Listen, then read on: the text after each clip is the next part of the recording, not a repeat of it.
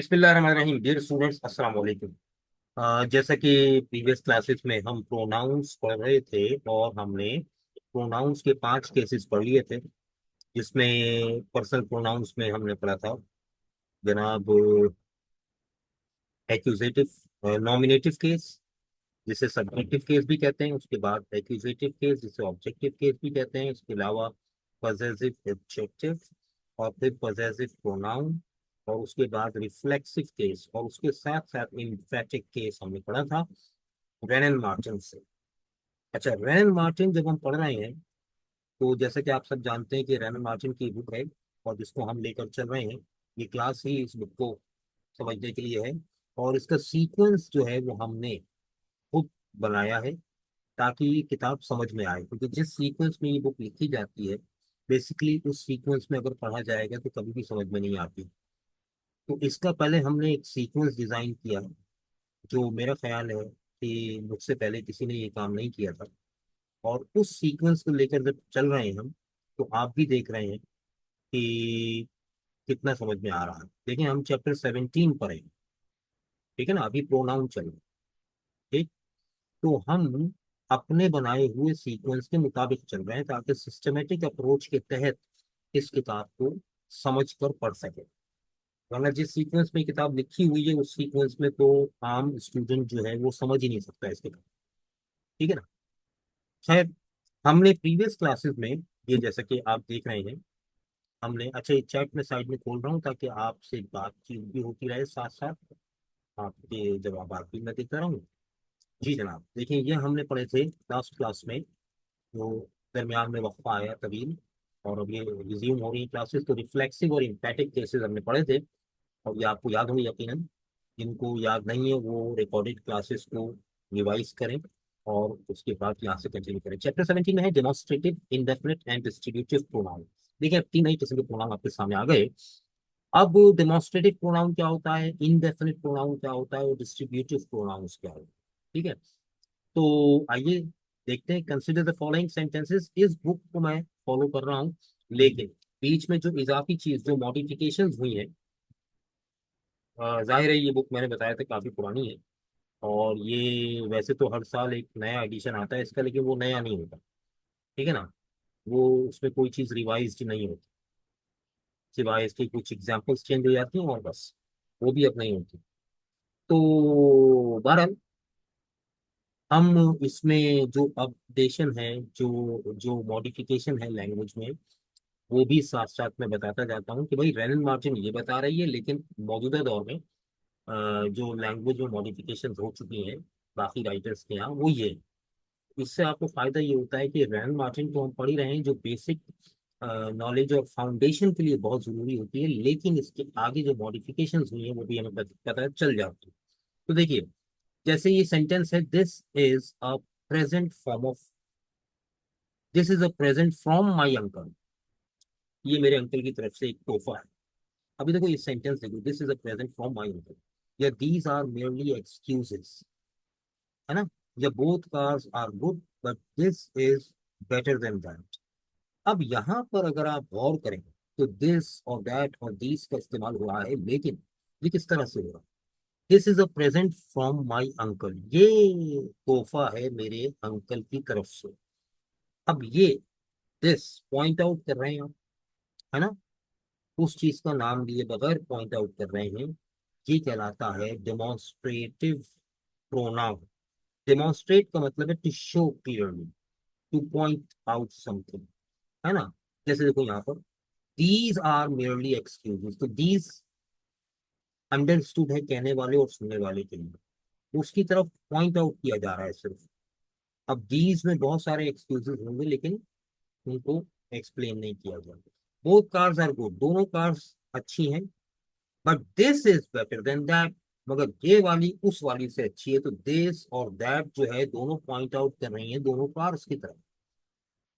Car noun है, और noun को पॉइंट आउट करने वाला ये दिस और दैट जो है, या दीज और दोज जो है, ये क्या है, ये है demonstrative pronoun. Like Mumbai, Mumbai mangoes are better than those of Bangalore. अब देखो यहाँ अगर गौर से देखना, इस सेंटेंस में दोज इस्तेमाल हुआ है। एक्चुअली दोज किस लिए इस्तेमाल हुआ है, जरा समझना। साउंड पे प्रॉब्लम है? किस किस को साउंड में प्रॉब्लम भाई? शाहरुख, मेरी आवाज सही आ रही है क्या? शाहरुख, देखिएगा, साउंड मेरी तरफ से तो फुल है भाई। हाँ। हाँ भाई, सही आ रही है, वेरी गुड। चलो अब सही आ रही है। Mumbai mangoes are better. भाई मुंबई मैंगोज, मैंगोज जो है, मुंबई के जो आम है वो बेहतर है देन इसके मुकाबले में मैंगोज ऑफ बेंगलोर। ये होना चाहिए था ना, मैंगोज ऑफ बेंगलोर। लेकिन मैंगोज का नाउन जो है रिपीट करने से अवॉइड किया गया है और उसकी जगह दोज इस्तेमाल किया गया है। ये दोज मैंगोज की जगह इस्तेमाल किया गया है, तो ये भी डेमोन्स्ट्रेटिव प्रोनाउन है, क्योंकि ये भी क्या कर रहा है, उसकी तरफ इशारा कर रहा है। Make haste, that's a good boy. अब यहाँ दैट से मुराद क्या है? जिससे, देखो ना, make haste, here that one who makes haste. ठीक है। अब ये दैट्स जो इस्तेमाल हो रहा है किसके लिए हो रहा है? उसके लिए जिससे कहा जा रहा है कि जल्दी करो, मेक हेस्ट, जल्दी करो, दैट्स अ गुड बॉय। ये हुई ना अच्छे बच्चों वाली बात। तो अब ये दैट जो है बेसिकली इस्तेमाल हो रहा है डेमोन्स्ट्रेटिव प्रोनाउन के तौर। There is no period in ancient history, ancient Indian history, so glorious. कदीम हिंदुस्तान की तारीख में ऐसा आलीशान अजीमुशान दौर कोई नहीं गुजरा, एज, अब यहाँ होना चाहिए था as the period of the Guptas, as period of the Guptas, जैसा पीरियड गुप्तास का गुजरा है। लेकिन पीरियड का वर्ड रिपीट करने के बजाय दैट लगा दिया गया उसकी जगह। तो ये दैट पॉइंट आउट कर रहा है पीरियड को, पहले आया था। ठीक है, राइट। ये एग्जाम्पल समझ में आ रही है आपको? अब देखो यहाँ, it will be notice that the pronounce in italic, अब इटैलिक में तो यहाँ नहीं है सर, इसके अंदर हमारे पास पीडीएफ फॉर्मेट पर।